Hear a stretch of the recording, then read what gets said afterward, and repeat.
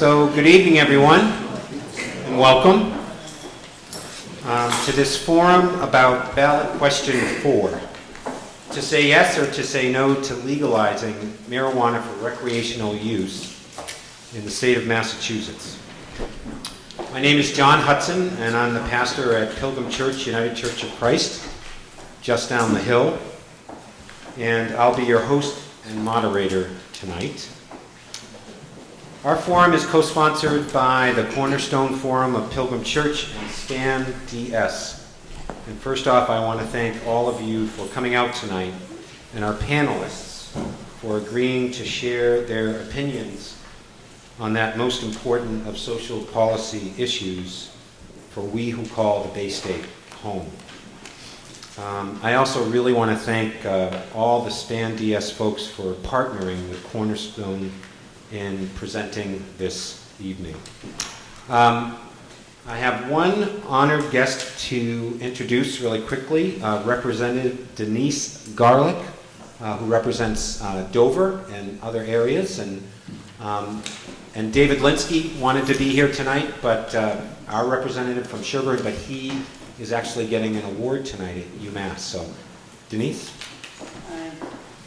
Good evening, everyone. Good evening. I have given the pastor my word that I will be very brief. I represent the town of Dover, and I am here to join Chief McGowan and the many other folks from Dover who are here. I am a mother, a registered nurse, and a legislator, former chair of the Board of Health in the town of Needham for 2 terms. I have thought very carefully about this issue. I need to leave at 7:30. I have a special needs daughter that I need to pick up at 8 o'clock. I am available to anyone after this forum who wants to speak to me about this issue, and I would welcome those comments and questions. And the pastor has introduced the information about David Linsky. I want to repeat, I had also given him my word that I would let you all know that had it not been for his winning the award tonight, he would be here with me. Thank you. So, we don't have to dig too deep into our current political culture to witness an increasing lack of civility in the free, open, and respectful exchange of ideas when it comes to our shared lives as citizens and neighbors. I think we've gotten very good at talking at each other about hot topic issues and personalities, but we are not always so good at talking with or listening to each other with thoughtfulness and with care. And good humor. And the realization that we all are in this creation called community together. And I truly believe that's why we need forums like this one, to encourage and to empower an informed electorate.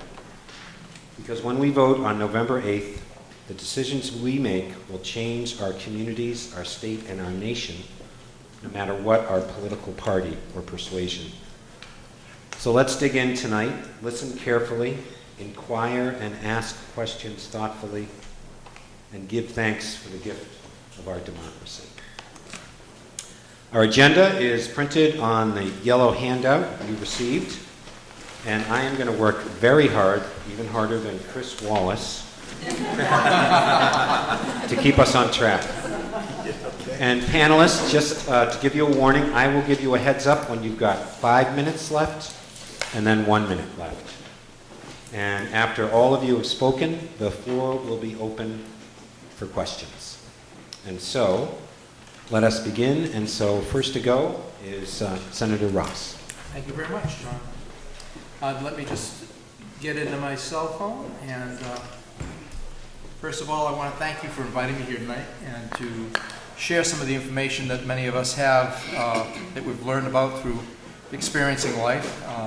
I was one of the 8 that were chosen by Senate President Stan Rosenberg actually to make the trip out to Colorado back in January, and I think all of us understood the charge well. It was we had thought there was a good chance that this referendum could pass in November, and we wanted to arm the Commonwealth with the best information we could, and certainly a trip to Colorado is a pretty good place to start since they had legalization out there.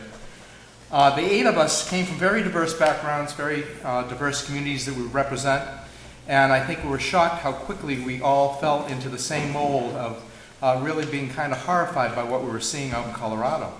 And out there, what had ended up happening, because the legislature had ignored the electorate for so long, is the electorate decided to amend the Constitution, so it was a constitutional amendment. So in Colorado, when it passed, it became a citizen's right to possess marijuana in that particular state.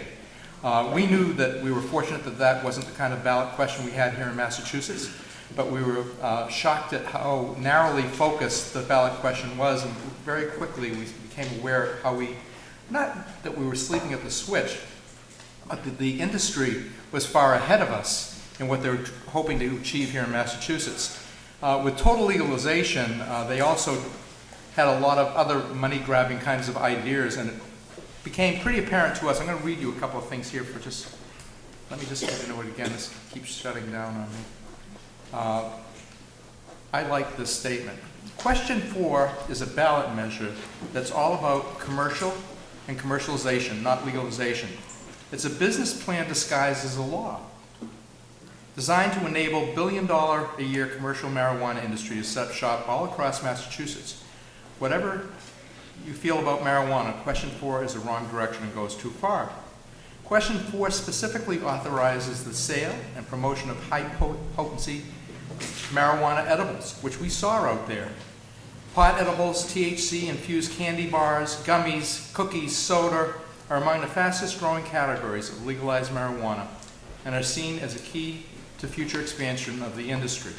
Almost 50% of all marijuana sales in Colorado, which was the first state to legalize, now come from edibles and concentrates. Question 4 allows for pot edibles and all forms of marijuana to be marketed and advertised on TV, radio, outdoor billboards, and online, much the way cigarettes were when many of us were young. And we know how long it took us to get control of that. The measure sets no limit on the amount of potency of marijuana that can be contained in these products. Candy-like edibles are inherently attractive to young kids and pets, leading to accidental ingestion, and their marketing appeals to teens just like with big tobacco. Leading Massachusetts' public health and addiction treatment experts strongly oppose question 4, including the Massachusetts Medical Society, the Association for Behavioral Health and Mental Illness of Massachusetts, and the Massachusetts Hospital Association. There's no question that question 4 will increase the danger from drug driving while offering no solutions to this growing problem. In Washington State, for example, a number of fatal car crashes involving drivers using marijuana doubled in the first year following legislation in that state, according to the AAA study that was done on that.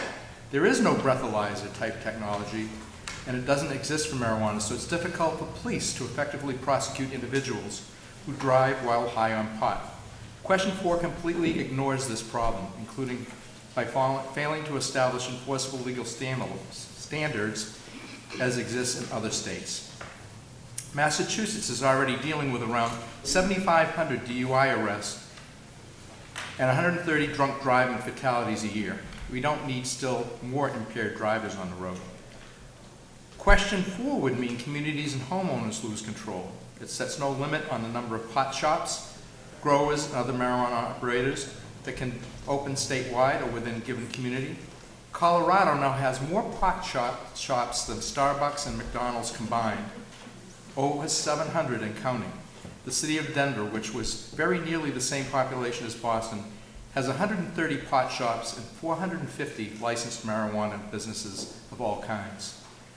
If question 4 passes, medical marijuana dispensaries can transform into retail pot shops, and marijuana stores get the right to locate in any area that there is a dispensary. The measure places deliberately cumbersome new obstacles in the path of cities and towns that want to enact meaningful limits on the number of marijuana shops, pot farms, or other operations in their community. One of the most disturbing things I think of that for me was hearing about the fact that if you wanted to regulate it within your community, there's no real way to do that. Automatically, once this law passed, any community wanting to not have these things in their borders would have to opt out, not opt in, which is another troubling thing they'd have to do. They'd have to take the opt-out to the voters of their community to opt out. Otherwise, they'd automatically be included as opting in.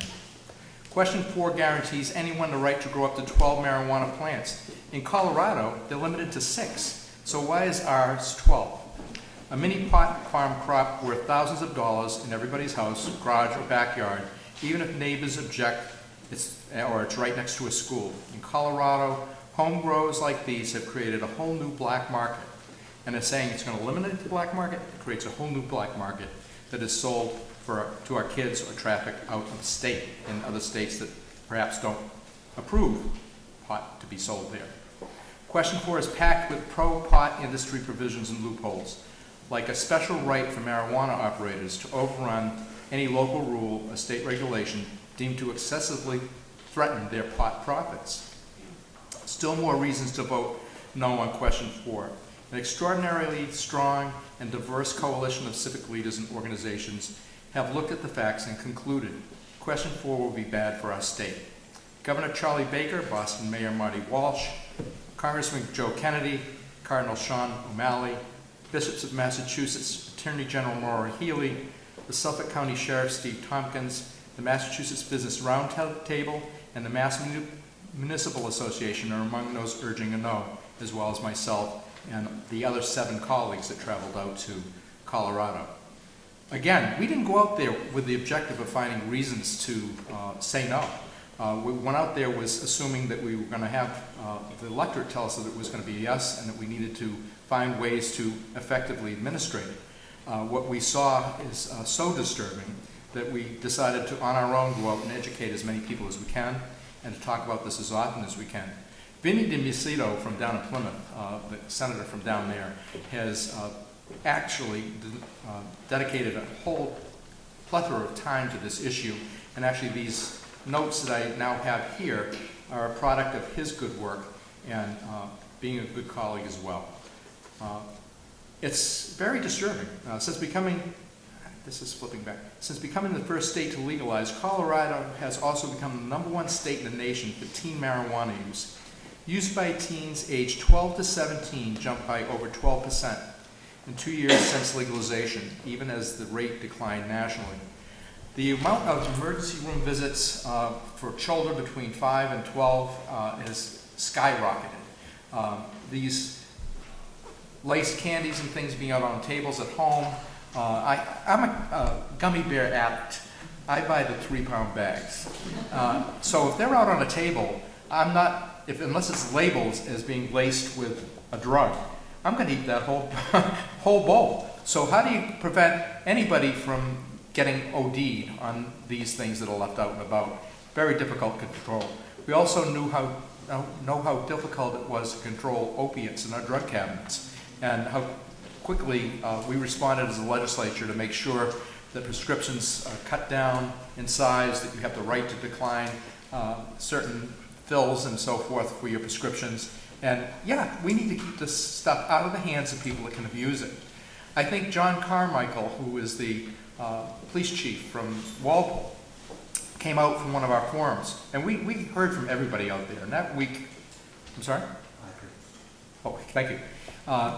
We heard from so many people out there, and it was great of them to take the time to do it. But as a police chief, he was sitting across the table from us, and he was looking at us because he didn't know where we stood on what we were listening to. And he said, you already know the plethora of things that children can abuse to get high or whatever. Why would you take something that is illegal now and make it available to them as another drug for them to choose from that they can abuse? I thought that was a great point, and it really stuck with me. I have 3 children, all by the grace of God. My kids didn't get into a whole lot of stuff growing up, and I realize it really is a blessing not to have that happen. But it's not necessarily parents' choices that make it so children have these things available. But if they are out there and they are available, we can't keep them from abusing them. And so I think we need to do everything to make sure this ballot initiative is defeated on November 8th. Thank you very much. Thank you. Great, Tony Chef. Well, good evening, everybody. How are you? My name's John Sophus-Sheft. I'm an attorney, and I actually represented the voters before the Supreme Judicial Court of Massachusetts challenging question 4. And one of the things that the court ruled on is that the language on the ballot needed to be less misleading. And here's why they made that ruling. And here's the problem with this issue. All of the arguments in favor of legalized marijuana are 30 years old.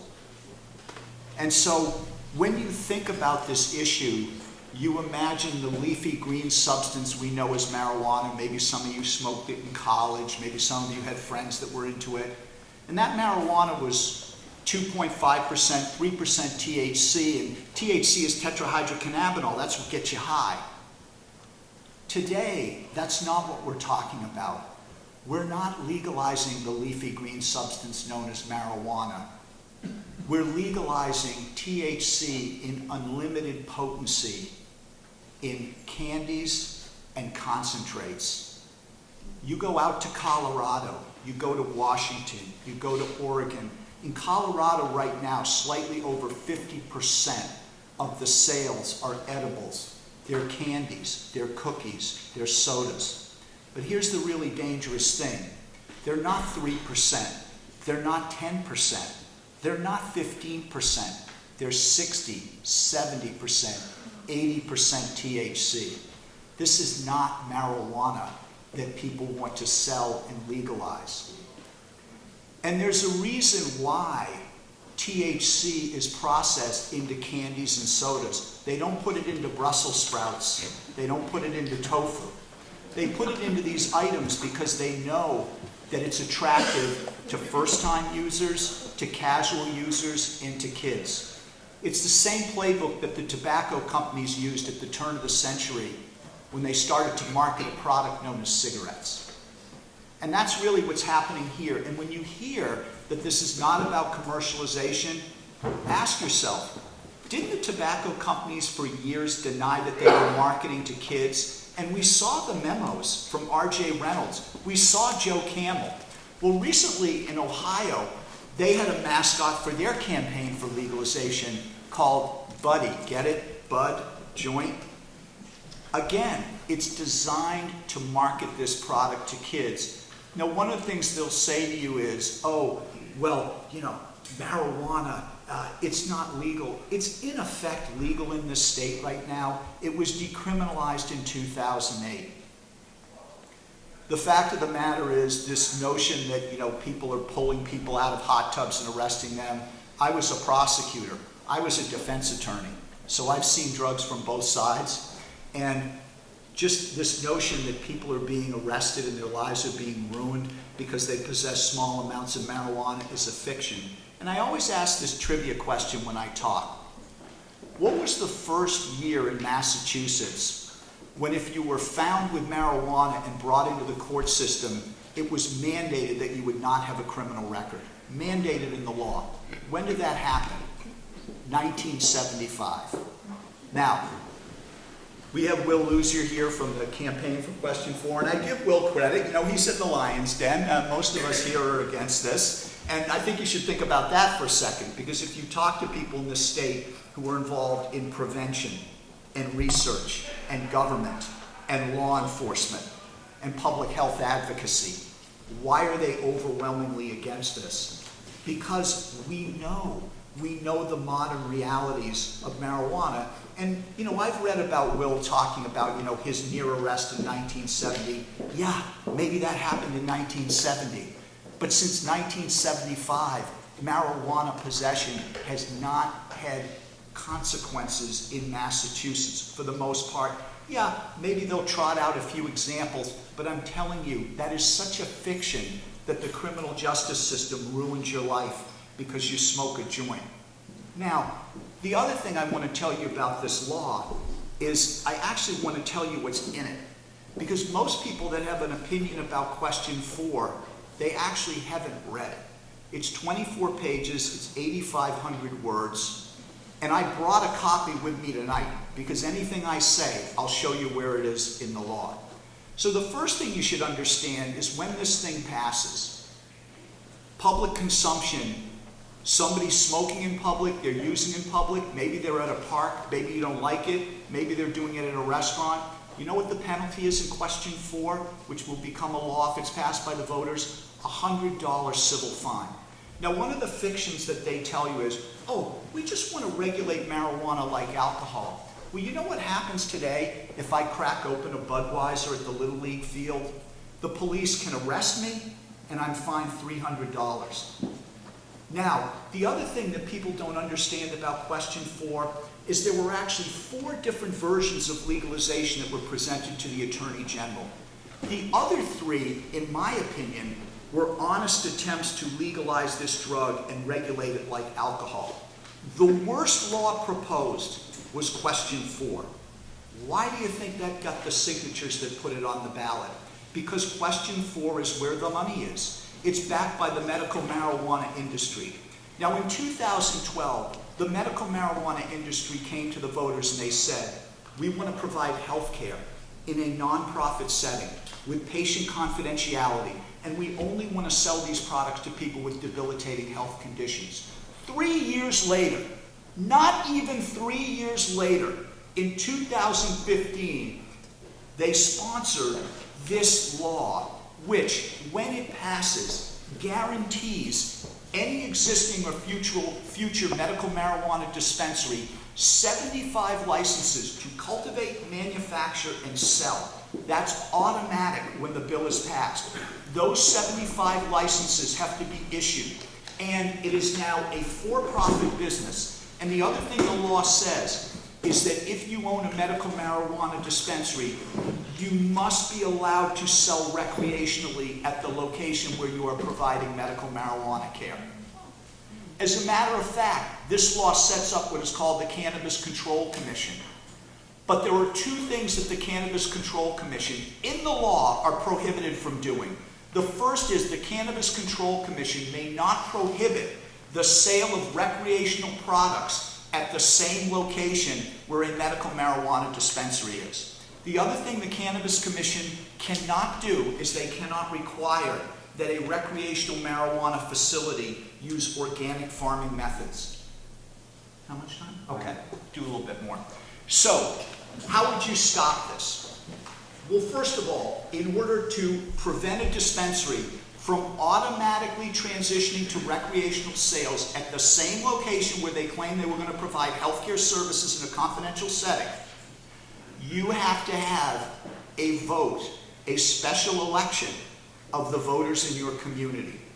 If you don't want to have marijuana retail businesses at least 20% of the package stores that you currently have, so Boston has 100 plus, there's something like 308 package stores, I knew the stat.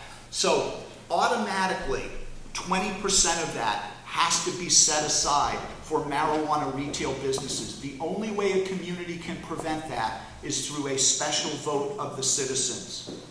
If you want to not allow sales at a medical marijuana location, you have to have a special vote of the citizens. So the other thing too is, I've had communities call me up and say, John, don't worry. We have an agreement with a prospective medical marijuana dispensary that they're not going to sell recreationally. And I tell them, forget about it. It's unenforceable. Because when this law passes, they're going to be automatically allowed to do it.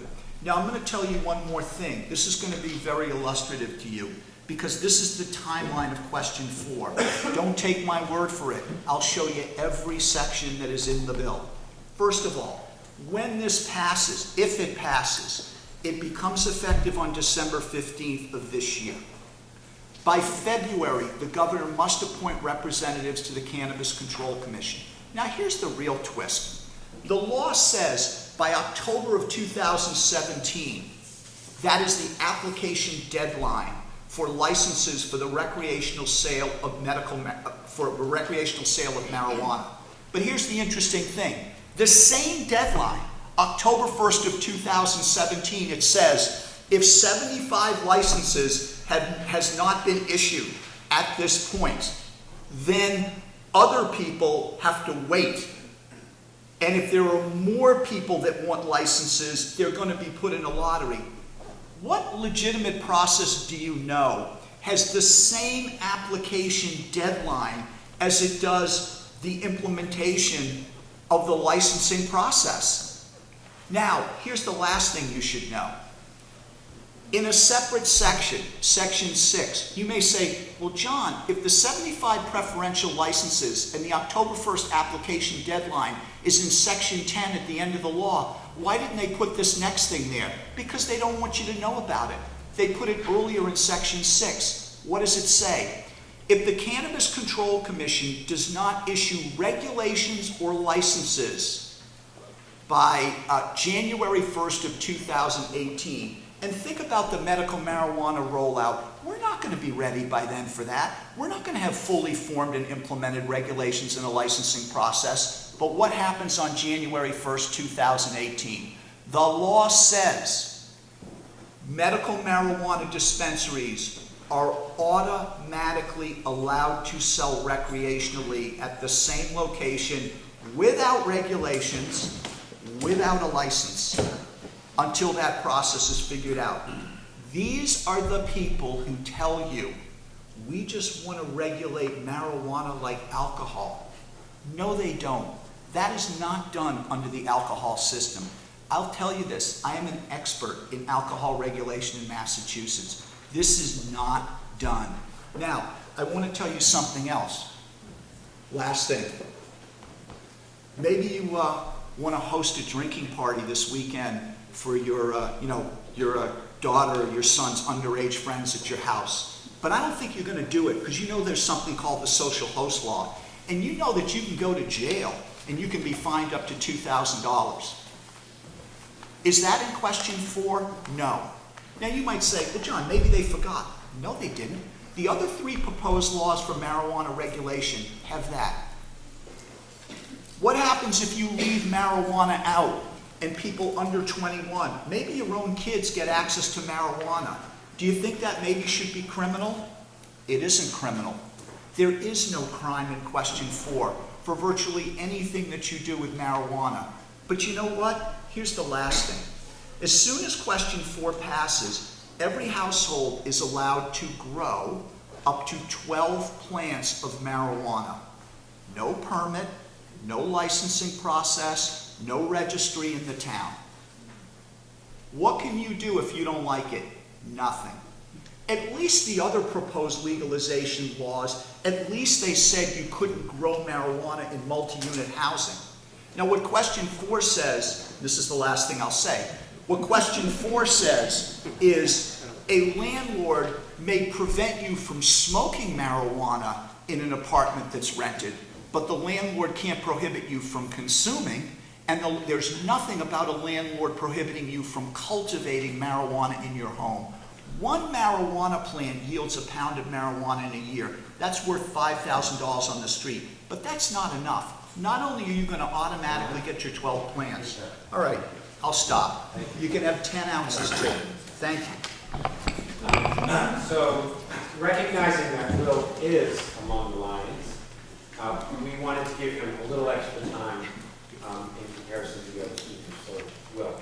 Thank you. And it's a pleasure to be here this evening. Thanks for having me. I will say that several people have mentioned Daniel in the Lion's Den this evening. I feel a little bit more like David against Goliath. So why is it time to regulate and tax marijuana in Massachusetts? Prohibition has been an abject failure at controlling marijuana use. There are at least between 800,000 and 1 million people who use marijuana in Massachusetts on a regular basis. And those folks are being forced into a criminal market where they're buying products that are untested and unregulated. There was someone who was arrested in Brockton a few weeks ago with marijuana spiked with fentanyl. They also, those folks who sell marijuana have other things to sell that are more dangerous and have a higher profit margin, like heroin and cocaine. So what we need to do is take that commerce out of the criminal market and put it in a regulated market that pays taxes, that creates jobs, and that drives down youth access. The current marijuana laws, John mentions the fact that I was arrested, and there are people arrested in the city of Boston. There are 9 people a week arrested in the city of Boston for marijuana offenses. And a good friend of mine, whose video you can see on our website, was arrested in 2010, 2 years after decriminalization. The police put her in the back of a police car, handcuffed her. This is a black attorney, a woman.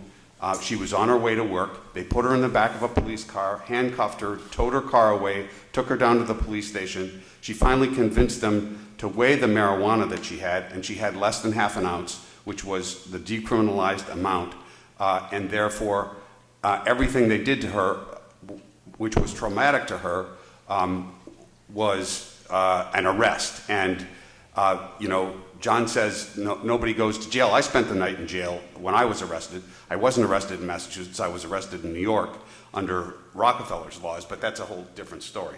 So we did a report with the ACLU a couple of weeks ago, and they updated a report that they did in 2012, and the report now says that if you're black or Latino in Massachusetts, you're 3.3 times more likely to get arrested for a marijuana offense. If you're black or Latino in Massachusetts, you're over 7 times more likely to get arrested for a distribution offense. And what we say is blacks and Latinos are getting arrested for selling marijuana to white folks who aren't getting arrested for using it. And the initiative will make it easier for folks to get medicine. Even though we passed medical marijuana, and we passed it by initiative in 2012, there were supposed to be 35 dispensaries open in the first year. There are only 8 dispensaries open now, 4 years after we passed the medical marijuana law. And there are many people who can't get their medicine because they can't get to a dispensary. And so this will allow them to have medicine and make a decision between themselves and their doctor and cut out the DPH middleman. There are many people who don't want to go on the DPH list for a number of reasons. They might have a firearms ID card. They might be an undocumented immigrant. They might be they might be a veteran that has veterans benefits. They might be a federal employee worried about losing their pension. So for all of those reasons, this will make it easier for folks to get their medicine. The Cannabis Control Commission, which is the body that's empowered to regulate marijuana commerce, the manufacture, retail, testing, and cultivation of all marijuana and marijuana products, is given broad discretion to regulate this commerce. And we're just as interested as our opponents in limiting youth access. That's why the initiative says no sales to people under the age of 21. That says what? That's why the initiative says no advertising that appeals to people under the age of 21. Although these gentlemen here have said that the initiative doesn't control advertising, it does. And furthermore, the Healthy Colorado Kids survey that was done with over 17,000 kids in Colorado this year announced that youth use was flat in Colorado. So we're also just as interested as our opponents in preventing accidental ingestion of edibles. That's why the initiative requires child-proof packaging. It requires portioning control. There are already regulations in the DPH that say that you can't manufacture or sell any marijuana product that looks like a commercially available candy. So when our opponents talk about gummy worms, that's not going to happen in Massachusetts. There's a picture in a flyer on the back of a Reese's candy bar and another candy bar next to it that look very similar. An Almond Joy and a Ganja Joy next to each other that look very similar. That won't happen in Massachusetts because the baseline that the Cannabis Control Commission will start with are those regulations that are already in place by the DPH. So we're also just as interested in controlling impaired driving. We don't believe that anyone should be driving while they're impaired, whether it's by pills or by alcohol or by lack of sleep or by marijuana. There are drug recognition experts that are trained police officers who are able to determine if someone is impaired by marijuana through a roadside sobriety test. And we understand that there will be devices available in 2017, long before this goes into effect in 2018, that will allow a device that will allow police officers to test either breath or saliva to determine if someone's impaired by alcohol. But I will tell you, and some of these gentlemen have said, well, this initiative doesn't have anything about drug driving in it. It does say that it will continue to be illegal to drive while you're impaired by any substance. But in an initiative, you can't put 3 or 4 or 5 things in an initiative. And so we couldn't put in this initiative a level of blood level of marijuana impairment, because that would have been unconstitutional.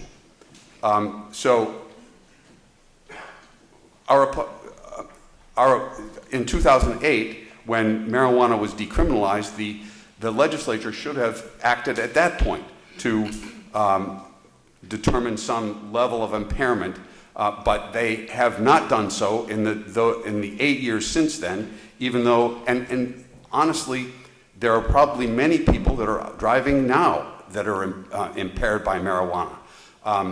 And so the legislature should have done something about that 8 years ago, but they haven't done anything about any marijuana issues in the 8 years since that passed. Honestly, I believe that our opponents are trying to scare the voters. Their TV ads are riddled with falsehoods.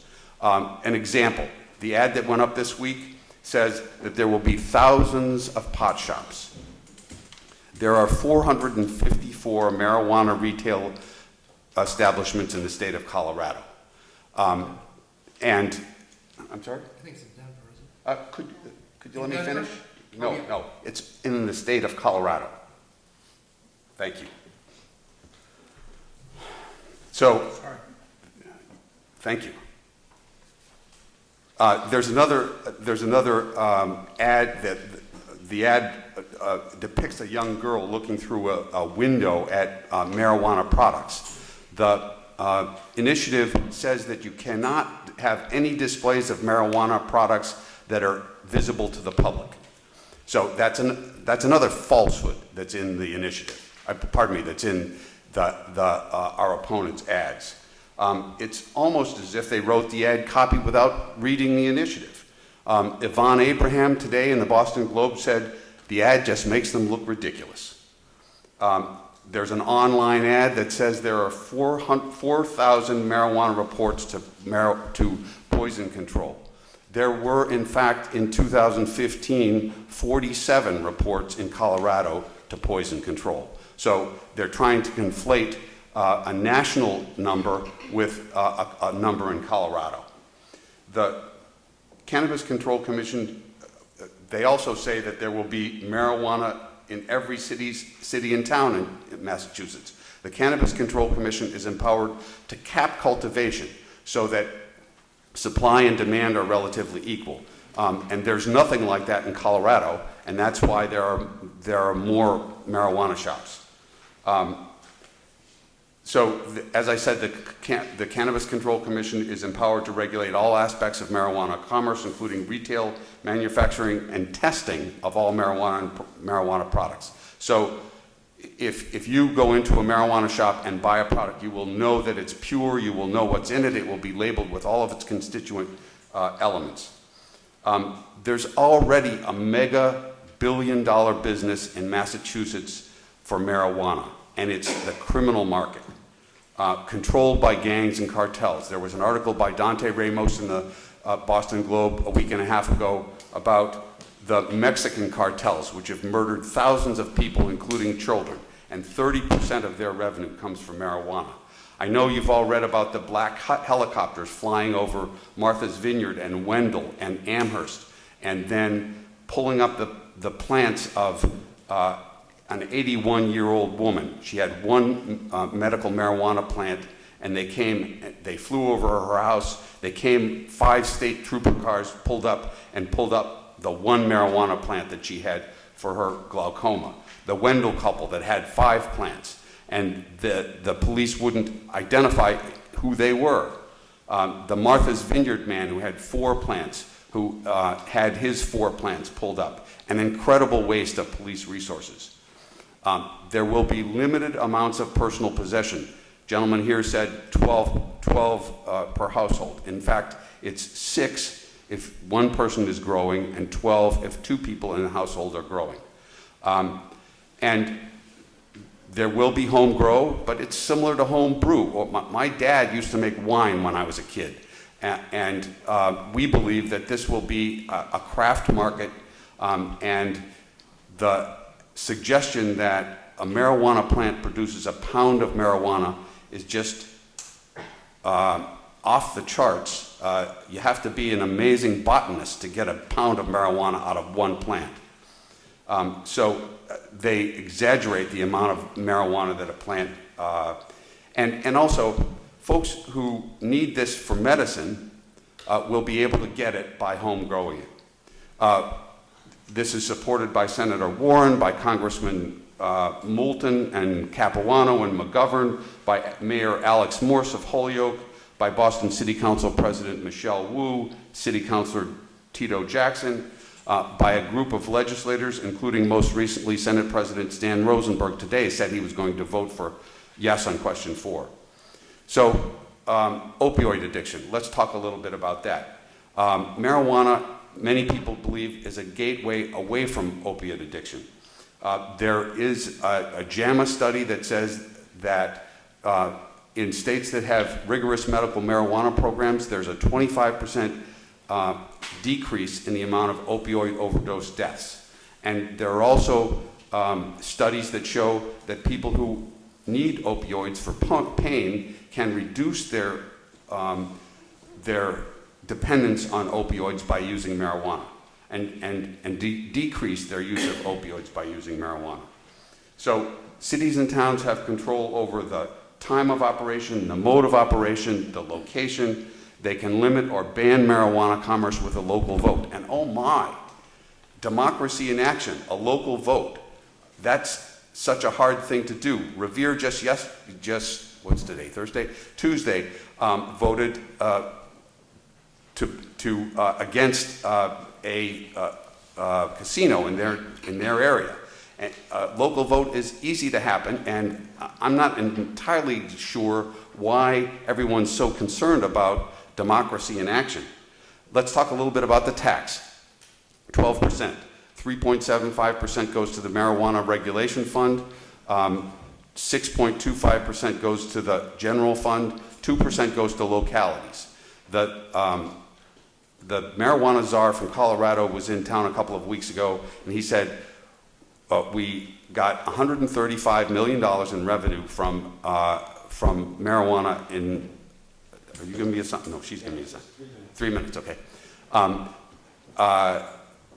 So Andrew Friedman said that they collected $135 million in revenue last year from marijuana. That's tax revenue. And it cost them $25 million to regulate the industry. So our opponents say this is not going to be enough money to there's not going to be enough money to cover the costs. That's just false. No use allowed in public. Employers can maintain current drug use policies, and landlords can prohibit smoking and growing. I just want to say a couple of things about the automatic suggestion that Attorney Sheff has made. There are going to be regulations that require all kinds of security and everything that a responsible business is required to have. And those medical marijuana facilities that want to convert to adult use are going to have to comply with all of those regulations. If they don't comply with those regulations, then they won't get a license. So it's not automatic. There's going to be a license review, just like for any other license application.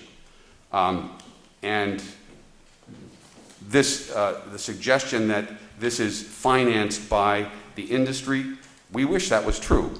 But in fact, our efforts have been financed by philanthropists who are interested in social justice, ending mass incarceration, and making sure that marijuana is properly regulated and taxed.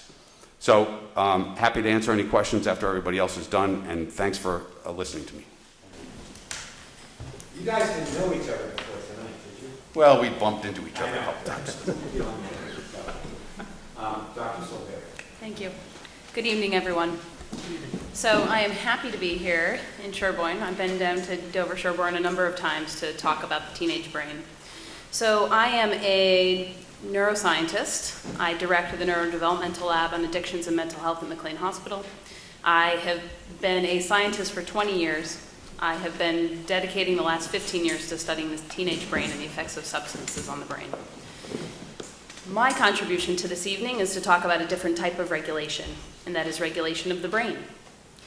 And so one of the things that we know is that we have to include science in this conversation. So my job is to be a neuroscientific interpreter of the research studies that are available, to deliver it to the public in a way so that you could be educated about what marijuana does to the brain. So one thing that's kind of a misnomer when we talk about medical marijuana is that medical marijuana does not include the psychoactive component THC. So when you talk about medical marijuana helping a condition like glaucoma or cancer or appetite, then we know that we're talking about a part of the substance, cannabidiol, that helps those conditions. It does not include THC, so when someone takes medical marijuana, they're not exposing themselves to the psychoactive properties. They're not altering their consciousness. When we think about these juxtaposed to recreational marijuana, we know that THC has a whole host of effects on the brain. There is unequivocal evidence across many, many people that if you expose a biological system to THC, it's going to change how cells work. It's going to change how your cognition works. It's going to change your attention. It's going to change your memory. That is undisputed. And so exposure, whether you're an adult or an adolescent, is always going to change how the brain works. And so I could kind of go through some of the science to explain to you all the things that we know that marijuana does, and I'm talking about recreational marijuana. So we know that it alters attention, it alters perception, it alters complex skills, it affects how you regulate your mood, it affects a whole host of things.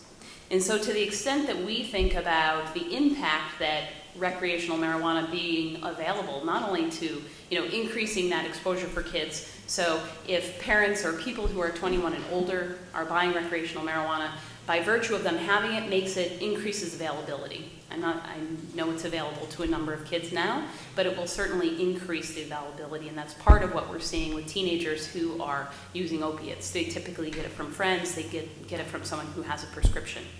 So, we're not just thinking about the teenagers who are at stake here, we're also talking about adults and your cognition and your mental health, because this is a big part of the story as well. A lot of times people will think about alcohol compared to marijuana from a scientific perspective, and we know that both of these substances affect how the brain works. We also know that if you look in kids, that their perception of how risky it is to drink has really increased over time. So they know it's risky. There's been a significant decline in cases of drunk driving in kids. At the same time, there's a reduction in how risky kids think it is to use marijuana. And by virtue of that, they will absolutely say, no way would I ever drink and drive, but they will think nothing of using marijuana in driving. So the interesting piece about the effects of marijuana in driving in particular, we know that, a teenager behind the wheel who has a frontal lobe that's not quite developed, so they haven't quite, people ask me what I do. My lab studies the neurobiology of what were you thinking. So there's probably not anyone in the room that can't think about, we have our own adult what were you thinking moments. And we know that teenage brain that's already not so great at having the best cognitive control or making the best decisions, it's not that it's impaired, it's just not there yet. So it's not better or worse or good or bad, it's just developing. And so because we know that kids are faced with this difficulty in being able to make good decisions, I'm not saying that kids can't make good decisions, we hope that they will, We know that substances, alcohol and marijuana, have a significant impact on kids' abilities to make decisions. It also impacts adults' ability to make decisions. So whether they think they're going to be able to regulate that can of gummy, not worms, but whatever gummy shape you can buy, how well do they think, oh, I will never let anyone have exposure to this. But under the influence, that kind of changes your ability to regulate your own behavior. So the other piece that's really important is that, we think about kids who won't drink and drive, but they may use marijuana and drive, putting themselves at harm. And one of my colleagues at McLean has often described marijuana as, we know with alcohol, you have a tendency to run red lights, but under the influence of marijuana, you have a tendency to stop at green lights. So it's really this inability, people who drink and drive really underestimate their impairments, so they're very risky, they're risk-taking, but people who use marijuana and drive have a tendency to overestimate their impairment. So those are the people that are going 30 on the mass pike. So if we think about this, it's really important to think about in light of the increase in use, particularly in kids, and the decrease in perception of harm, and thinking about legalizing something like this really gives a message to kids on a legal level that, wow, it would be a good idea to have this democratic process to give people the right to make a decision about this. But part of what we do as parents and educators and adults is that our job is to essentially be the frontal lobe for our teenagers. And our teenagers are really our future. But the other piece that was touched upon tonight is really thinking about the potency of marijuana. And very frequently I'm asked, that people have their top 5 questions of what do they want to know about the teenage brain. And a lot of times people ask me, well, how do I rationalize sitting and having a glass of wine at the dinner table with my kid who I just told them that their brain's not developed? And so that's kind of that's been our job, is to educate parents that these teenage brains are developing. And I'm not trying to make this just about teenagers, because it applies to adults too. Because we know that marijuana is a substance that alters your cognition, it alters your mood, it alters your state. We also know that some of the acute effects of marijuana include increases in anxiety, increases in panic, and who really needs more anxiety these days? Importantly, parents think about, often we'll take a position, this is something I did when I was young, I turned out okay, but this is 2016. This is a time when you have technology in your pocket. You have never-ending information load on you all the time. You might feel your phone's buzzing in your pocket, or you're thinking about what you have to do, and we are in a non-stop world of information being thrown at us. Anything that we do to effectively impair the brain, alter the brain, decrease its functionality, change its efficiency is going to have an impact. One of the things we know about the teenage brain, I often describe it this way. If you look at brain imaging studies, it shows you that if you have a teenager who's trying to do a task that requires you to have cognitive control. So for example, if we were to do, Simon says do this, Simon says do this, do this. The frontal lobe is the part of the brain that effectively keeps you from doing this when Simon doesn't say to do it. And we know that there are parts of the brain, the frontal lobe, that have to fire to allow you to be able to do that efficiently. We know in kids, it takes more brain power for them to be able to put the brakes on. If you look in kids who are marijuana users, they don't have to be intoxicated when we study their brains, but if you look in their brains, what we know is it takes a lot more brain resources to perform at the same level. Now, for better or for worse, our brains are remarkable at compensation. So you do something to your brain will compensate. You take a drug, your brain will compensate. It so happens that in kids, their brains are significantly more affected by marijuana. In other words, I like to say you have an adult or you have 2 teenagers getting ready to run a 50-meter dash. Only one kid has on a backpack of bricks. You could think about that in terms of the effect that marijuana has on the teenage brain. You could think about the effect on the adult brain. We all have finite resources in our brains, and we know that we have to be able to efficiently be able to operate the brain. And if we think about how these pieces are connected, so we have these teenage brains that are relatively, affected. We also know that it takes time to come out of the system. So recreational use, we know that in a typical adult, it takes about 30 days for all of the effects to come out of the biological system. It takes twice as long for a teenage brain to be cleared of the effects of marijuana. So even if they use on the weekend, even if they used 2 weeks ago, even if they used 4 weeks ago, what research shows is that there is this residual effect on performance and cognition.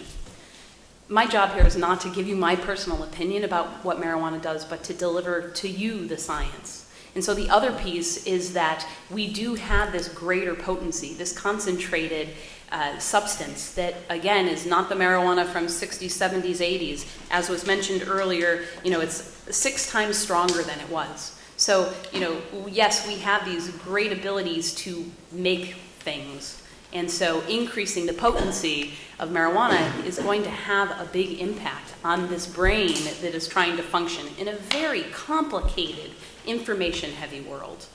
And so, as we think, in closing, as we think about our job as a society, it's to promote good mental health. People use marijuana or want to use substances recreationally for a whole host of reasons. And there is a cohort of people that includes people who will abuse it, who will become addicted to it, who will have a long-term problem with it, that will try it and it might lead to some other substance. So part of it too has to do with the increase or the lack of our ability to regulate ourselves. And for kids, that is incredibly problematic. We also know that there's a big link between marijuana use and suicidal behavior in kids in particular. There's a 3.5 times increase of how likely teens are to be suicidal if they've started using marijuana before the age of 17. So whether or not parents regulate it or allow it or have it, kids are going to be exposed. So really part of the work for adults and teenagers together is to understand the impact of marijuana on the brain. I'm not talking about medical marijuana, I'm talking about THC that is in very high potent levels. And so we should all understand this for our own mental health and think about how we can impart that information and have science be part of the conversation. Because as far as I know, and I could be wrong, in all of this legislation, which I am not a history political person, I'm a scientist. And so I don't know that science was ever entered into this equation in making some of these decisions about legalization. So I'm happy to talk further about the effects of marijuana on the brain, and you're certainly welcome to contact me if you would like some of the research studies that have shown some of this evidence. Thank you. Chief McGowan. My name is Peter McGowan, and I'm the police chief for the town of Dover. Just a few very brief comments. This ballot initiative is not about smoking pot. It's not about someone smoking a joint in their living room. In fact, with decriminalization, the worst one could face is a $100 unenforceable fine. The ballot question is about big business and big money making a federally prohibited drug accessible to anyone over the age of 21. This ballot initiative was written by people who stand to gain huge profits, not professional legislators like Senator Ross and the 199 others on Beacon Hill that we rely on to create our laws. It would kind of be similar to letting your 6-year-old tell the babysitter what they can eat, what they can watch, and what time bedtime is. It doesn't make sense. It's not how things are done. It was written to allow manufacture and consumption of edibles, candy, cookies, etc., with no regulation on the content of the THC. Edibles will make it even easier to take the drug. New users will think, how harmful can a cookie be? It's candy. And how easy it's going to be to hide from my parents. One final thought. With no regulation on the consumption and no current test for impairment, think about this.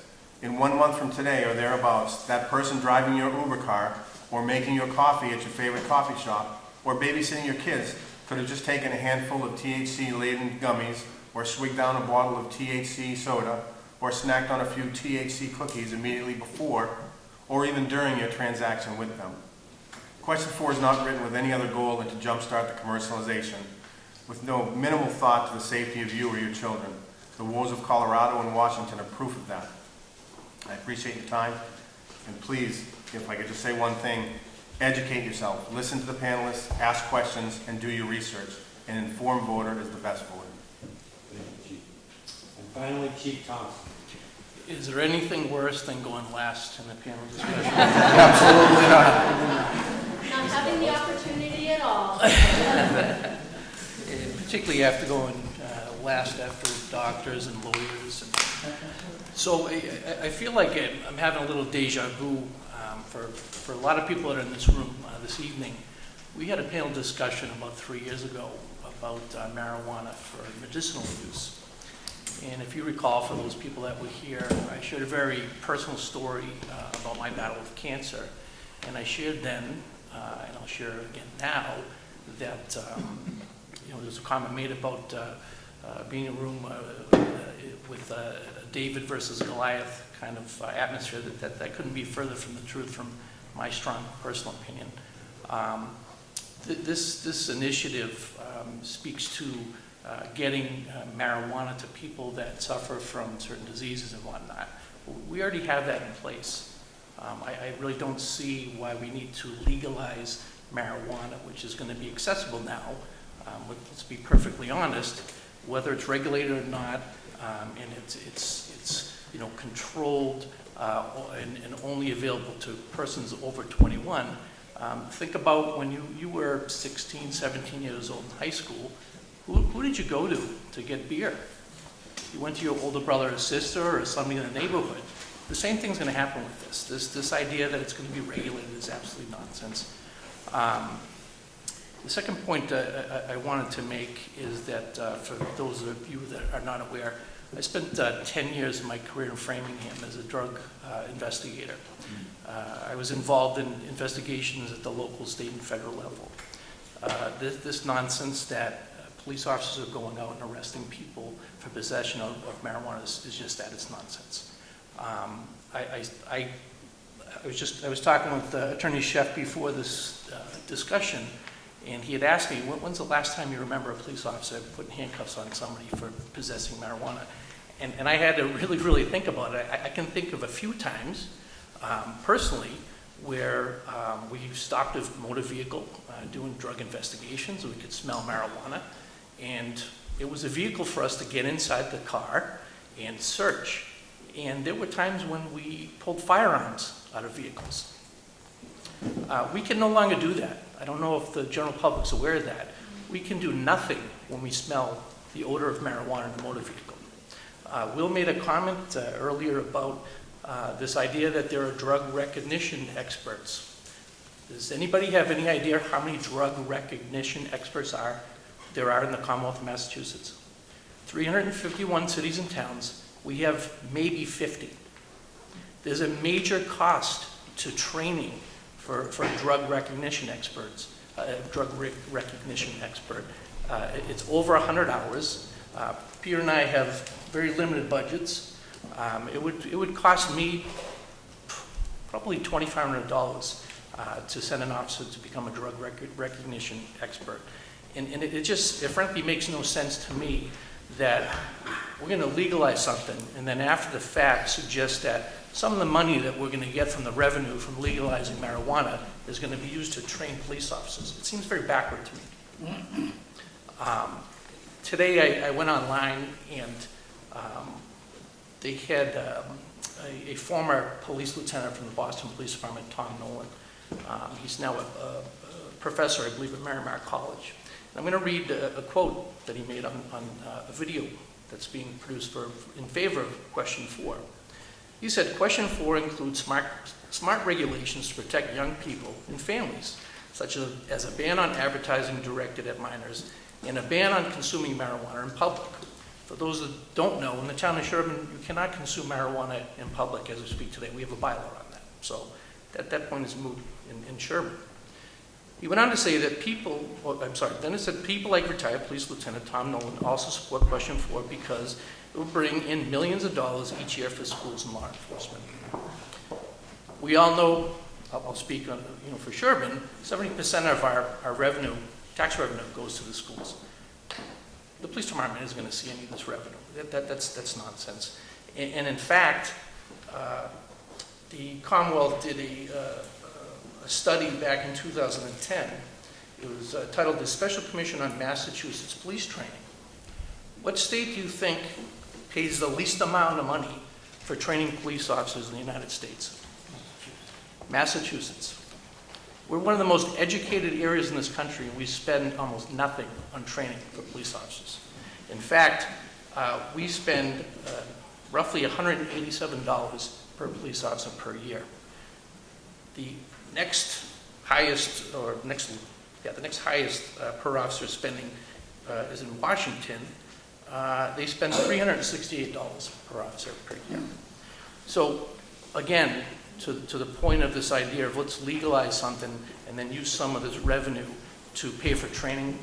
That's not going to happen, okay? And the final point I wanted to make is, if you look at this study, I believe the copies of it were out back there, this executive summary from the Rocky Mountain High Intensity Drug Trafficking Area. One fact that they highlighted here was specific to impaired driving, and this really jumped out at me because this is going to be a problem for us, frankly. And it says marijuana-related traffic deaths increased 48%. 48% in the 3-year average, 2013 to 2015, since Colorado legalized recreational marijuana compared to the 3-year average prior to legalization. That's what we're going to be dealing with. That's what's going to impact our communities. Thank you, Chief. So can we have a round of applause for all the speakers?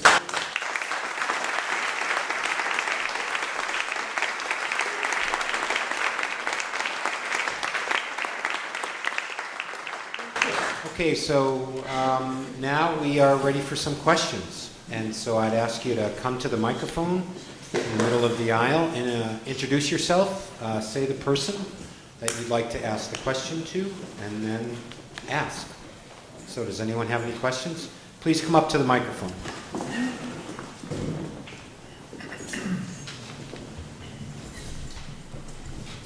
Tom Ernston. First of all, it's been a great discussion, very edifying. My question is about the legislative process. Can somebody, and maybe Senator Ross is the person, what is the life history of this ballot question? And why didn't any of the 3 alternative measures come to the fore as a more realistic possibility in this whole discussion? So, and why, and presumably, based on your views up there, there must have been a lot of pushback in the legislative process. Why didn't that somehow register in the language of the question itself?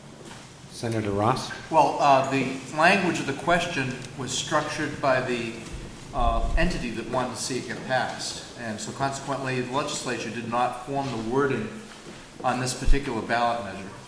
And certainly when you get a citizen petition, it's already worded, and many times the desired effects or results are built into the legislation that's crafted by those special interest groups, whether it's the taxation or other things that affect the ballot question. So I think the only thing we can hope to do is if it passes, we knew that because we were given, when we went out to Colorado, we were given the charge to see what happened in Colorado and to come up with some ways to mitigate unintended consequences, perhaps with some legislation that comes after the ballot question passes, and it was anticipated that it may well pass. None of us thought that we were going to come back as 8 people who were so horrified by the cart getting ahead of the horse out in Colorado that we hope to be able to mitigate the impacts and make it a better situation for the Commonwealth. And consequently, I think many of us were disturbed by what we saw out there. And quite frankly, everything from the way it's grown, the USDA is the only thing that can call something a prescription drug or beneficial. The fact that Massachusetts was so hoodwinked in that whole medical marijuana thing, the thing we learned out there is no real definition of medical marijuana. The USDA is the only one that can actually designate something a drug. So we realize that we have something that some people benefit from, they feel therapeutically. For example, it's not a prescription here in Massachusetts. The doctor writes a recommendation for an individual to be able to go to the shops to buy the product that they feel relieves or alleviates some of their pains and sufferings. So there's a whole lot of misnomers to it, and I think the hard thing is it was defined by the industry that wants to see itself establish itself here. I knew we were going down a very difficult road when there was one day there was one of the activists out there that actually is a lobbyist for the industry was addressing us. It was his 3rd or 4th day, and he was the one that let it slip that they had just built in Franklin, Massachusetts, a $20 million facility there. And all of a sudden, as we were conversing amongst ourselves, we realized that had nothing to do with the medical pot industry. They're gearing up for this ballot question, distributing to the free market a commercial product. So, excuse me, Senator Ross. So, Will, I'm going to give you a chance to answer, but I just have a question for Senator Ross. So, has the legislature ever officially voted on any bill about marijuana use recreationally? Not that I'm aware of. Okay. Okay. And I think one of the things, obviously, this ballot question has come up during the recess in a 2-year term. We were elected 1 year. The next year, you're running for office again, and we go out of session on July 31st. So we're not even back in session until January 8th. Okay. So the legislature isn't working on anything that would come before a formal session and a full body that deals with this particular issue. Okay. Thank you. Will? So, first of all, I want to say something about the industry fashioning this initiative. I'm not sure that anyone who makes that claim was in the room with the drafters of the initiative like I was. There were attorneys there, the ACLU was there were advocates for patients there were advocates for the industry there were lawyers, there were activists, and I have to say that among the 24 people that were in the room at any one particular time, at least 3/4 of them were residents of Massachusetts. So that's number one. But let me tell you a little bit about the initiative process. So we filed this bill in August. The Attorney General reviewed it, said it was constitutional, and then we went out and got 64,000. We had to get 64,750 signatures. We got over 100,000, 105,000. The Secretary of State certified those signatures and said it can move forward to the next phase of the legislative process. So in January, at the beginning of the second year of the legislative session, the bill was filed in the legislature, as is required. Then they had a hearing on that. They did absolutely nothing with it. And then if they do nothing with it, then you're required to get another 10,792 signatures. We got over 25,000, and then that got it to the ballot. The legislature has the option of proposing an alternative to that. They did not do that either. Reverend Hudson's question is very important. The legislature, if you'll pardon the expression, has been missing in the marijuana field since 2008 when the initiative passed for decriminalization. They've done nothing with regard to recreational marijuana, including not setting a standard for impaired driving, which they could do, and I anticipate they will do if this passes. But bottom line is people are driving while impaired now, and they've done nothing about it. Thank you. Next question. Actually, I need you to come to the microphone, please, if you'd like to have a question and, maybe actually kind of line up. I see one over there, and I see one over there. This is for Will.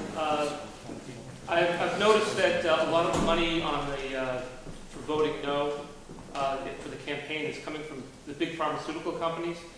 I was a little surprised by that. I thought that it would be another avenue for them. Do you have an understanding of why there's so much money from big pharmaceuticals against it? Well, I can tell you that the money that has been contributed in Arizona by one of the largest pharmaceutical companies there, they manufacture a very powerful fentanyl drug you can spray underneath your tongue, but they're also investing and researching marijuana products. And so I think they're concerned that their bottom line is going to be affected if marijuana becomes available in Arizona and other states. In Massachusetts, there's been over $100,000 contributed by the liquor industry. The beer distributors, the wine and spirits distributors, the bar owners have all contributed to the opponents of Question 4 in Massachusetts. And then, of course, there was a recent $1 million contribution made by Sheldon Adelson, who is a casino magnate in Nevada. So his bottom line is going to be affected because he's made his money with people addicted to gambling and alcohol. I'm assuming that's why he's given $1 million to our opponents. Next question. No, I have to say, first of all, I want to respond to that because when it comes to the money issue, 96% of the money that put the signatures on the ballot is from out of state. This is not a homegrown initiative. And I will tell you something right now. The opponents of this bill have been outspent. There is no question about that. Okay? So the money issue is not polluting this on our side. But I just want to tell you a couple of things real quickly. The first is the effective tax rate in Colorado for marijuana is about 30%. The effective tax rate in question 4 is 12%. This is not going to be revenue neutral. This is going to be a money loser for this state.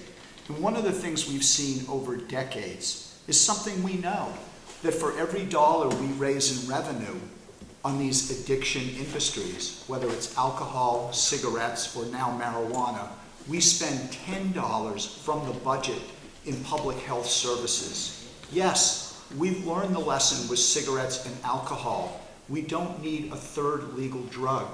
And one other thing that I want to mention to you, and that is this. Just yesterday, SAMHSA, which is that's the federal agency. SAMHSA stands for Substance Abuse and Mental Health Services Administration. They're the ones that do all of the surveys around the country on drug use. If you've had a kid in high school or junior high school, they've taken the youth risk Okay, John, I need you to answer quickly, Okay. please. So very quickly, what they've said is Colorado is now the #1 state for all drug use, opioid, alcohol, and marijuana. So this notion that marijuana is going to displace the use of alcohol or opioids is absurd. Just remember this. We already have decriminalization in medical marijuana. Most of Will's arguments are talking about health care. We already have medical marijuana. Okay, thank you, John. Can I just say one thing? Yes. The major contributor in our first filing before the Office of Campaign and Political Finance was $150,000 from a couple who live in Milton. So not out of state. That was the largest contribution we had in our first filing. Okay. Mark Sennett from Sherborn. My question is directed to the police chiefs, but I'd like to hear the other side as well. And the whole tone of the discussion so far seems to be that if this question fails, kids and people using marijuana is going to disappear. So we all know that's not going to happen. So personal experience, without going into detail, I've seen situations where marijuana has been laced with something that affected my kid. So I'm very concerned about the sort of breakdown of who's delivering the illegal marijuana, who's got it, where does it come from, what's in it. And I'd really like the police chief to talk about, you know it's not going to end. And I'd like to get your thoughts on, given that it's going to happen, isn't it better that if it's going to go around, it's going to be somewhat controlled and not be laced with really bad stuff? I'd like to get your reaction and then you respond as well. Thank you. We can't see the future, but if we have all these, I'm sorry? We can't see the future, but if we have all these home grows, it's not going to be regulated as they are in these stores that are going to pop up all over the place. The black market is still going to be there. You're still going to have marijuana from questionable sources. Colorado has been shipping it out all over the country since it's been legalized. So to think that you're going to have a safe drug, it's not going to be like from Pfizer. It's not going to be like from CVS. You're still going to get it from unknown sources if you're under 21. Your child cannot go to these safe places and buy their safe, and I think you said pure marijuana or THC. That's not going to happen. They're still going to get it from the black market, and they're still going to get it the way they've always gotten it. It'll probably be less expensive from a guy selling off the street. And just to parlay on what Chief McGowan said, my strong opinion is that there's going to be a creation of a gray market. I feel strongly that most drug dealers, and this is from my experience, sell drugs to make a profit. So if you're a drug dealer and now you've got a marijuana distributorship in your locale, and they're charging X for a product, well, you're going to charge Y. I mean, that's just simple economics. And there's never going to be any way to control people adding different drugs to a drug. It's just, we don't have any control of that. That's the simple truth. And I don't think this discussion has anything to do with eliminating marijuana usage. It's quite the opposite. Like I pointed out, I think our concern is the impact it's going to have on the younger kids. And if I can even add to that, I'm looking around this crowd, and it's all white male and female participants. I feel strongly that this is going to negatively impact the cities and towns that have minority groups that don't have the resources to get counseling, drug counseling. They don't have the resources to help the kids that are sitting around getting stoned and skipping school. There is going to be a ramification to the indigent groups in our communities. I feel very strongly about that. Thank you, Chief. So Will, just quick. Yeah, so the suggestion that the home grow provisions in this initiative are going to create a whole new criminal class is, it flies in the face of good citizenship. To suggest that you or me or someone else in the audience is going to grow and their partner or their spouse are going to grow 12 plants and go out on the street and sell it to someone and try and make a profit is just, it doesn't invest any faith in the American people. That's number one. And number two, moms and dads have said to us, I would rather my 17-year-old ask his 21-year-old brother or sister to go buy them marijuana at a regulated market where the products are tested than to have them buy it on the street corner from someone who might spike it with something. Okay, well, next question. Yeah, hi. My name is Tony White. I live in Sherborn, and I'm a physician. And I hope I can give a little bit of my perspective here. I know this is supposed to be a question session, but it seems to me that this is a forum we should also be able to express our views and ideas. And I feel bad for this poor guy here. He's outnumbered 5-1. And I'd also wager that we're probably preaching to the choir here, that most people here, if they were polled right now, would be voting against the measure. I wouldn't make that assumption, actually. Well, maybe, I hope you're right. But does the black man who was shot in Charlotte by the police, a lot of publicity, does anybody know what he was doing? Why did he come to police attention? Anybody? Yeah, I know. He was rolling a joint. That's why he came to police attention. He was rolling a joint. They decided to intervene. They went over, and we don't know what happened next, but he ended up dead. I think that the point you made that marijuana being illegal is discriminatory is probably the most powerful argument for legalizing it. That the police use it against people of color to open the door towards further investigation, arrest. I think you mentioned finding firearms in the car. Well, we have laws against search and seizure, and they should be applied. Do you have a question? Do you have a question? Well, yeah. Thank you very much. I just wanted to make a few statements. Yes, let me share my perspective as a physician, okay? So I worked in emergency for 23 years. Every day we see people with opiate overdose, alcohol-related trauma. In my 23 years, I've seen maybe 5 or less people who went there with the chief complaint of something related to marijuana. And the vast majority of them, 2 out of the 5, 4 out of the 5, it was anxiety. Yeah. I haven't seen anybody have bad trauma, have some kind of worrisome intoxication from marijuana. So, the specter of nobody thinks marijuana is harmless or safe, but the idea that there's this explosion in emergency visits simply is not supported by my direct experience. Thank you. Do I have a specific question? Yeah. My question is, do people think that this is an open forum? That's my question.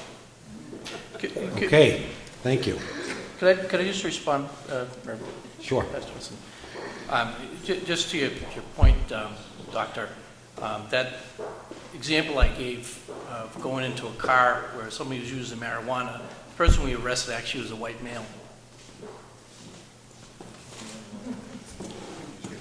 I think the other thing that's important, Doctor, is that one of the reasons why you have not seen an escalation in your emergency room practice is because it has been illegal in this state. And maybe you should give a call to the Pueblo, Colorado Medical Association, because they've seen an explosion in emergency room admissions, not only for people who use marijuana, but for kids who get a hold, particularly of the edibles in the homes, and even pets. So one of the things that's really important is we don't live in a perfect world. I get it. There are people that are going to smoke and use marijuana, and the truth is, if they're an adult, it's okay with me. But when it comes to people in the community, when it comes to policy, I would rather have people get marijuana from Danny the dealer than RJ Reynolds. Because as somebody who's been involved with marijuana for over 30 years as a prosecutor and a defense attorney, I will tell you this. When the product is sold by dealers, we didn't have edibles. We didn't have shatter and earwax and 80% concentrates in edibles. Okay, Attorney Shep, We didn't have that. I want to give a chance for questions. Yes. Yeah, my question is more on the logistical front, and I think probably the police officers would be best to answer this. But what have you seen in terms of having to enforce marijuana-related crime controls, I guess, from being illegal to decriminalization? And do you expect it, because some of the rationale for legalization is that it will lower your burden as policemen to have to deal with marijuana-related crimes. Do you expect that to increase or decrease with legalization, and why? I can't speak for Chief McGowan. We did have a brief conversation about that. We're not burdened right now with any issues with marijuana. It's, again, there's not much we can do right now. I explained earlier, if one of these two young men in the Dover Police Department stop a vehicle tonight and they have an odor of marijuana coming from the car, ask them what they can do. Nothing. So the idea that we're overburdened with marijuana cases is absolutely ludicrous. Very few instances when we're running into marijuana and small possession type instances, my officers, and I'm sure yours are, we dispose of it and we write a $100 citation, maybe, maybe. Sometimes we do, sometimes we don't. Sometimes we talk to the parents. Sometimes we let the school know, because it's more important to the youth to be off his football team for 4 games than a $100 ticket that he doesn't have to pay. So we're not doing any gigantic enforcement now. So the time that you're going to save us isn't time at all. So Will, if you just want to answer that specific question. One thing that's in the initiative that most people don't talk about is that there's an open container clause in the initiative. So it says that if you have marijuana in a passenger compartment of a car and it's in a container that's been opened, the seal has been broken, then you can be fined $500. And so that will allow the police, if there's anyone in the car that has marijuana in plain sight, that will allow the police to fine them at up to $500. So I just want to follow up with one question specifically to the chiefs. So is there like a specific protocol for testing someone for impaired driving under the influence of marijuana, as opposed to, say, alcohol there's a breathalyzer, you walk the line, touch your nose, answer questions. Is there like a protocol for it? Other than the 50 or so certified drug recognition experts in the state, out of the 351 cities and towns, there's 50. Those officers can tell the level of impairment based on a prescribed series of tests. Okay. The average police officer can see the bloodshot eyes, they can see or smell the odor of burnt marijuana, but that's not enough in court to get any type of impaired driving charge at all. Attorney Chef can help me with that. So, There are blood level assays that can be done. okay, but I'm asking right now. Just saying. you Yeah, can but draw I'm just blood. saying, but I was asking about right now. I understand. On the side of the road, no. But can you put them through like drug Miss, could you, thank you. Senator Ross, you wanted to add something? I just want to add this, and again, it was from first-hand exposure with a trip that we made out to Colorado, actually visiting the grow houses and labs and places where they process their marijuana products. There's a whole series of things that we're not even acquainted with, most of us, until you've taken a trip like that. And it's about the vaping and the dabbing and all the stuff that they do. When you realize that if you smoke an e-cigarette, you're going to be able to buy a marijuana capsule that will fit into it. You could stand next to me and smoke that, and because they've removed the odor from it, if you stopped a car that is some kids in it smoking with one of those devices, you won't even smell it. So it's getting more and more difficult to ascertain that somebody might be under the influence because they've removed a lot of the things that we typically associate as older people with what we remember that marijuana was about. So the industry is changing very much. So, question. Right, well, this question, I have to say, is neither leaning for or against. This is for Dr. Silvera. And I think no matter whether 4 passes or doesn't pass, whether our kids have access or don't have access, or how much they have access to, there is good science on the effects of THC on the brain. And in the end, no matter what we decide, we need to understand what's going on with that chemical and neuronal membranes, or how it works.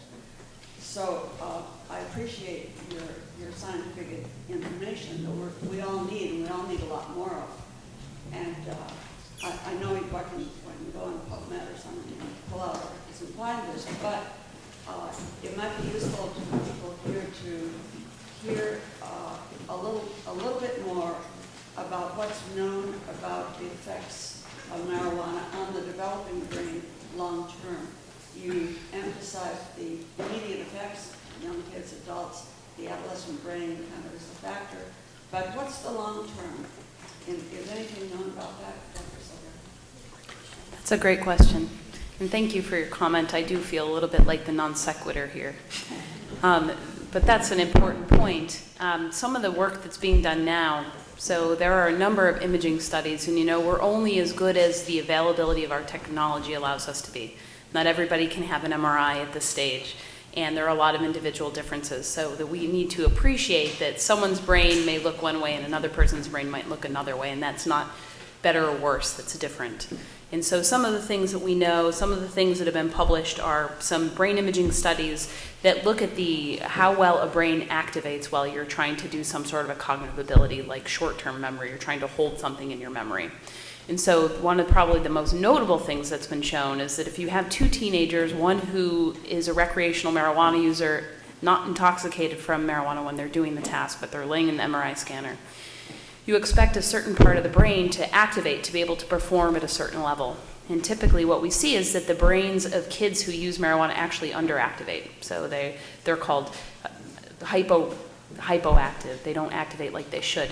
But probably one of the other pieces that's really important is that when you're laying in a scanner and you're doing a task that's requiring you to have memory, it's not only about does the right part of the brain fire when it needs to be able to perform well, but what we find is when the brain is then at rest and you're not asking it to do anything, the brains of kids who are marijuana users are now hyperactive. So there is this mismatch in how efficient the brain is. It doesn't draw the right resources when we're asking them to do a task, but when the brain is supposed to be resting, now it's overactive. That's one piece of information. You could also look at the physical tests themselves, so attention tests and memory tests and, cognitive control, executive function. And one of the things that's been shown is that in the interim, after they've used recently, you see that there are significant differences. They're significantly impaired on these measures. When you look over time, you see that, a couple studies show that after 2 weeks, you see some recovery. If you look at 3 weeks, you see some recovery. It doesn't always go back to non-use. My question was actually a little bit further on than that. Long-term. Long-term adult after use during brain development. Well, so most of what's known about the effects of marijuana has really been studied in adults, and they look retrospectively to see when they started using. And by and large, they find that if you use before, so if you're tested as an adult and you've used before the age of 16, you see cognitive alterations. So you don't perform at the same level of people that didn't use either ever or that started using after this magical age of 16 when some of the circuitry is coming online. So that's one piece, and retrospect has its own bias in a number of ways and a number of limitations. So the studies that people are doing now, and this is really a national initiative, looking at teenagers before they start using and then following them over time. So there's a study now, it's called the ABCD study. It's following 10,000 kids for 10 years. And so it's starting at ages 12 to 13. It will follow them for a decade. And so that's going to be able to help us understand that question. Right now, the only way we can answer that is by looking at adults and asking them, when did they start using, and trying to piece that apart. And if I had to give you a takeaway right now, we know that, the later that you use a substance, the better you will fare in the long run. But there are residual long-term effects. And one of the points that's important to raise is, there's what you see in the emergency room because someone had a trauma. But then if you go to a psych clinic or you go to a psychiatric hospital, we have a number of programs for adolescents. In the majority of kids who are enrolled in our programs for depression, for anxiety, have comorbid marijuana use. So there is a big link between use, and yes, some kids do use to self-medicate some other problems, but that really draws on the need to understand how the brain works and what, say, a pre-existing mental health condition might mean, and if they start to use marijuana, how that might even be further exacerbated. So thank you for your question. I hope to be able to keep you posted on what science tells us, but it's coming. Next question. Michael Lee, I'm a resident of Sherborn. I also sit on a regional school committee. I got here late, so my apologies if my question is redundant or something you've already covered. My understanding in Colorado is with legalization, it wasn't with the product I think maybe some of us are familiar from years back, which is something you smoked, but there's a whole variety of other consumables and other ways to ingest the narcotic. As it respects, if that's the case in Massachusetts, would anyone care to comment on how more difficult it will be a burden on our teachers and our school administrators for ensuring that there's not use ongoing with our students? As an example, this weekend, it's homecoming weekend. They're having a dance on Friday night. Our students have been cautioned, do not come impaired, do not drink, do not smoke, do marijuana, whatever. Our brownie's going to change that whole dynamic for our teachers and our school administrators. So I don't know who would be good to answer that question. Well, I can say very quickly that since Colorado legalized, school suspensions have gone up 40% that are marijuana related. And when you talk to the principals and the superintendents out there, they say this is a problem. Modern marijuana now comes in high THC concentrate edibles. It's odorless vaping, as the senator talked. It's dabbing with high concentrates. So there are different ways of delivery. And, we are seeing that kids are more attracted to this product because think about it. When you legalize something, you are saying what? You reduce the perception of harm. We've even seen this with medical marijuana. I'll say one more thing. What do you think has been the greatest increase in medical marijuana cards in Colorado? It was legalization. Doesn't that surprise you? Wouldn't you think, well, it was legalized, why are people getting medical marijuana cards? Because when you go into a dispensary in Colorado and you have a medical marijuana card, you don't pay any tax. When you buy it recreationally, you pay essentially an effective 30% tax rate. But to get back to the specifics of my question, So- effectively, there's a lot more products that would be commercialized in the market in Massachusetts that will place a burden on our teachers and our administrators because they'll no longer be able to smell the effect of using marijuana. There'll be Yeah. products out in Massachusetts after this initiative that was to pass would be available that they do not have access to today, correct? Okay, so I would disagree with that, because... Will, and then Dr. Silveri after you. So Will, you first, and then Dr. Silveri. You know, there are edible products that are available in Massachusetts now on the black market and also from the medical, from the medical marijuana facilities. We have a whole series of issues that we have to control for in our schools on the black market. That's not what's at stake here. This is a public policy choice for our citizens, and we need to understand what burdens it's going to place on our administrators and our educators. And this is a state that commits an immense amount of money to educating our students to be productive citizens in this country and in this world. And this initiative is not about teens or youth using marijuana. It's about adult use. But it is going to use products. And they did an 800 student survey in Colorado, and the students there said, look, we don't want this just say no message anymore. What we want is to be talked to like adults about making adult choices and what the risks are, and we'll decide for ourselves. So would you feel that the tobacco and alcohol industries have responsibly created products and marketed them responsibly only to adults, to the legal community?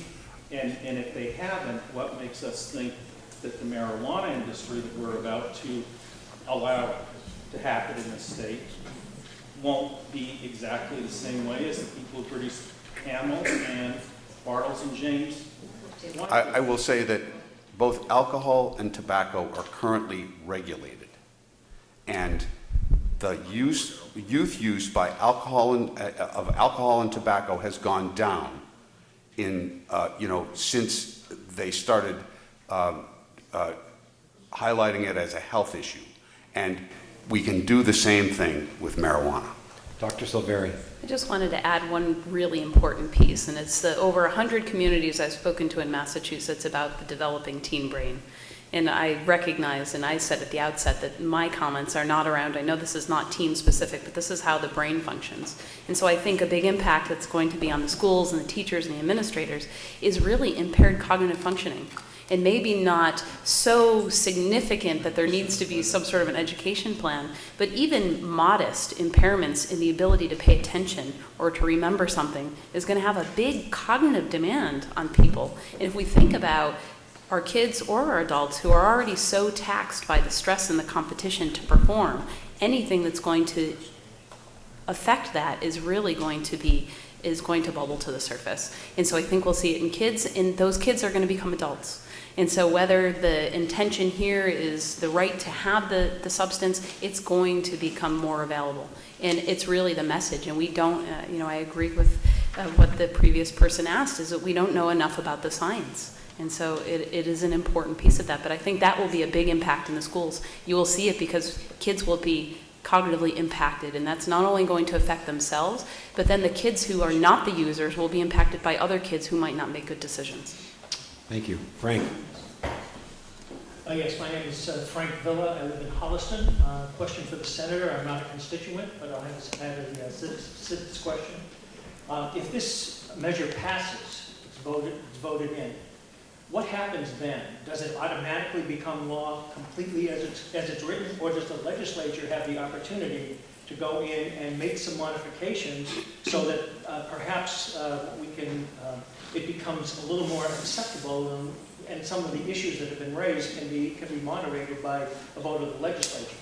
I came in here, and I'll give you a little background. I came in here mildly in favor of the law, and frankly, the only argument I've heard that I find compelling against it is the use of edibles. So my suggestion as a constituent would be vote down the edibles, get control of the edibles, and take it from there. Is that something that the legislature can do, and does the law automatically go in as written, and is it fully funded, and what responsibility does the legislature have after November 8th?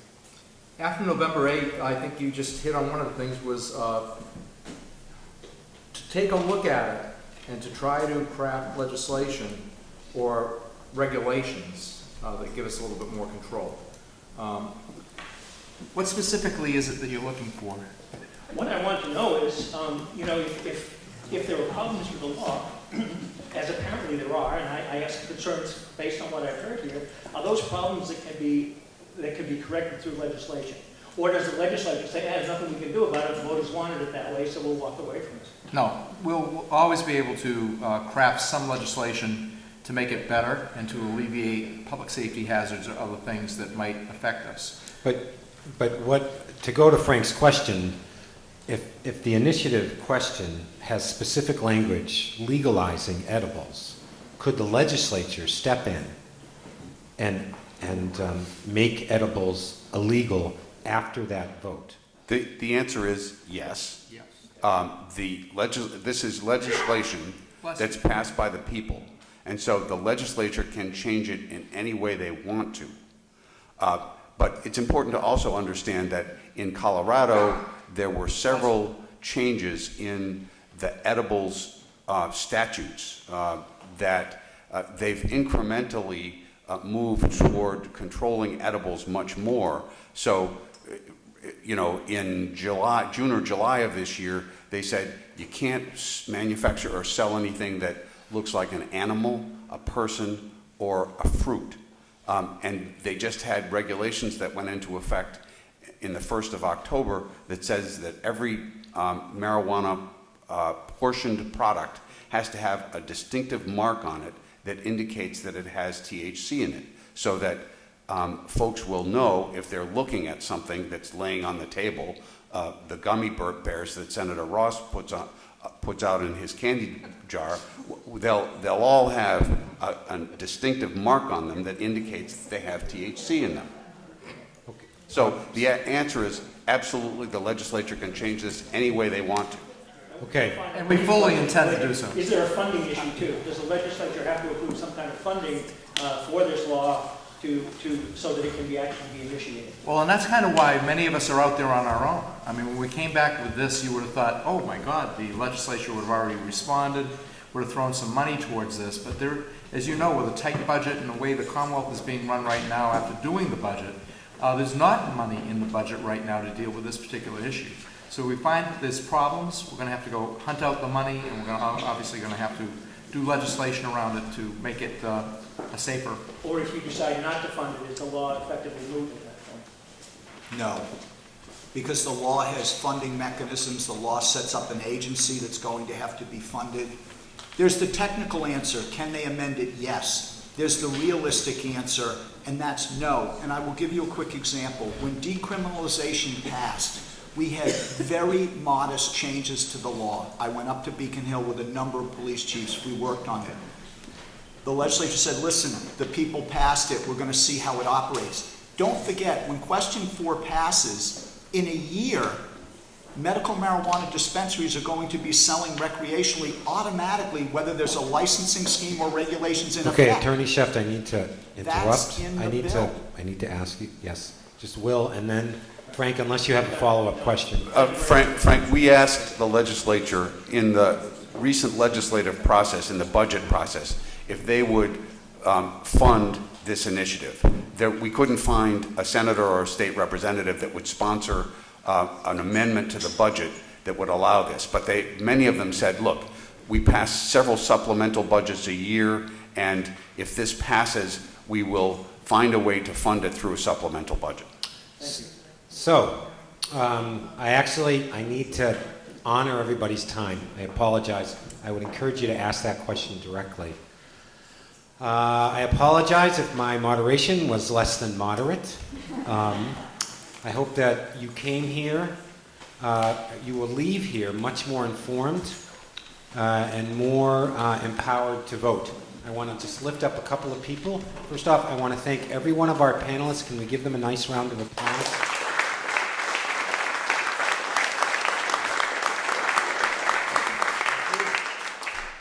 I want to recognize just that a couple of the founders of the Cornerstone Forum are here tonight. Rosemary Sorter left, but Tom Hunt is here, and it was because of their generosity that these public discussions have taken place, and we're really grateful for it. And finally, I want to thank Joni Twining. Please stand up, Joni. Beverly Madden, Beverly, who are with Span DS, and the other Span DS people who did all of this hard work to make sure, we've been working on this for about 6 months, to make sure that this night happened. So please take a couple of minutes to fill out the survey that's on your seat. There are brochures and pamphlets in the back that were brought by participants. You're encouraged to take those with you. Tom? Thank you, Pastor. Oh, yes.